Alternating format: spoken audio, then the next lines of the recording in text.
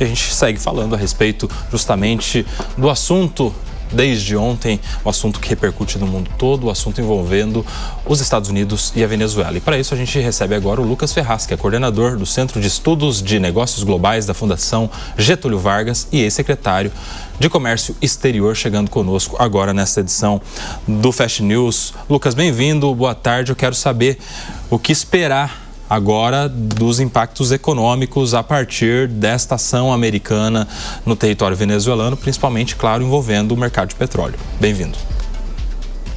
Boa tarde, sempre um prazer estar aqui com vocês. Olha, a situação realmente muito complicada, né, para a Venezuela e para a região, evidentemente, de uma forma geral.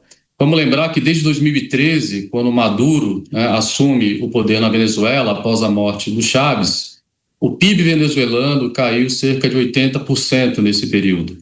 A Venezuela, que já foi uma significativa produtora, né, de petróleo, chegou aí a uma produção nos anos 70 e também parte dos anos 90, acima de 3 milhões de barris diários de petróleo, né, hoje produz menos de 1 milhão de barris por dia, está produzindo alguma coisa ao redor de 800 mil barris por dia, o que coloca a Venezuela com menos de 1% da produção mundial de petróleo hoje, né? Sendo que ela já foi, nos anos 70 e também nos anos 90, representou ali alguma coisa como 7% da produção de petróleo. Quando a gente fala de comércio, aí vamos centrar aqui no caso brasileiro especificamente, nós já tivemos a Venezuela como um importante parceiro comercial, regional, alguma coisa como 3%, né, representando das nossas exportações totais, sobretudo antes, né, do chavismo e depois do Maduro. E hoje, o último dado que nós temos no ano passado é uma Venezuela que representa cerca de 0,25%, né, da pauta de exportações do Brasil. Então, um país realmente que está numa situação muito difícil economicamente e tem o seu principal ativo comercial, que é o petróleo, passando por um processo, né, de desinvestimento já há muitos anos. Então, baixo nível de inversões em função da má gestão do país e, evidente, também, sobretudo a partir de 2017, com as sanções econômicas que foram impostas, né, pelos Estados Unidos e, especificamente, a partir de 2019, com as sanções colocadas, né, sobre as exportações de petróleo da Venezuela. Então, muito se especula atualmente sobre o que acontecerá, né, com o preço do petróleo. E aí eu acho que parte da resposta já foi dada, né? Quer dizer, representando hoje menos de 1% da produção mundial de petróleo, né, 800 mil barris diários de produção, né, não há que se esperar grandes impactos no preço do petróleo.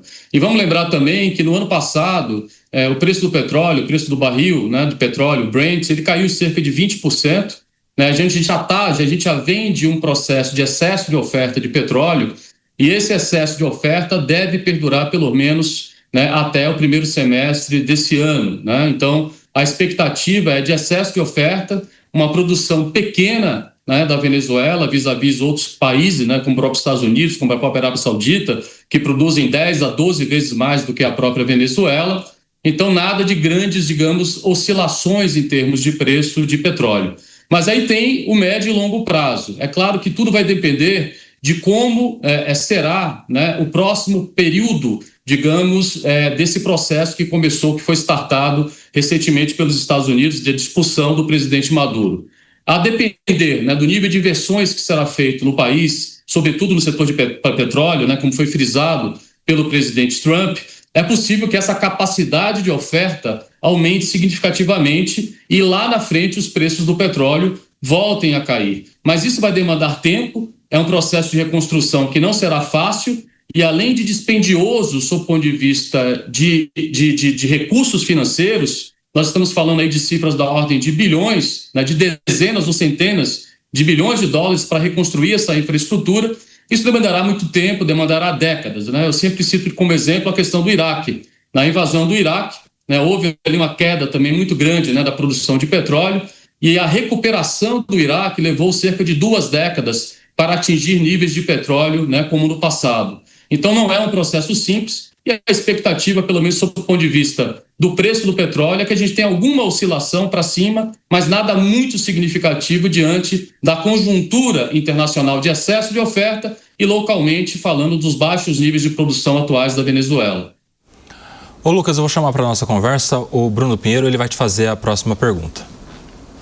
Ô Lucas, quero ouvir de você, e eu acho que fica claro nessas últimas horas de que tanto a cobrança econômica quanto a cobrança de mercado, elas ditam muito mais o jogo do que os lados ideológicos extremos. Na verdade, nesse momento, nem a intervenção americana na Venezuela, nem os conflitos entre uma parte do cartel como a Arábia Saudita, Emirados, levaram uma ruptura do consenso de manter essa estabilidade. Retirado as sanções, voltando uma normalidade de um Estado democrático, a Venezuela conseguiria operar com a sua autonomia, uma capacidade muito maior do que essa que estamos vendo agora?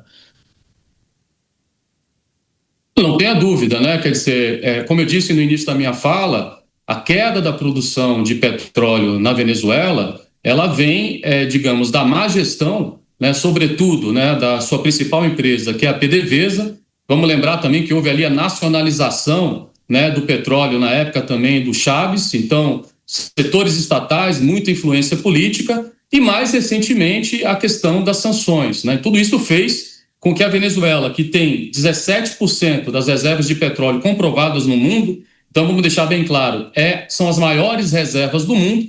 Hoje é o país, é somente o 20º maior produtor de petróleo do mundo. Então é evidente que há um espaço enorme, né, para que a Venezuela possa produzir mais, possa gerar riqueza e principalmente gerar aumento de bem-estar para a sua população, que vem já há mais de um quarto de século de dominância, né, do socialismo bolivariano, chavista e agora com o Maduro, sofrendo muito, né, uma evasão muito grande, né, de habitantes, ou seja, cerca de mais de 20% da população saiu da Venezuela, migrou da Venezuela para outros países em função da situação crítica econômica. Então, de fato, é esperado que, se houver ali a adoção de um modelo regulatório para o setor satisfatório, que consiga atrair investimentos, né, nas dimensões necessárias para revitalizar essa indústria, o potencial é enorme. Mas tudo isso vai depender de como será feito e qual será o amanhã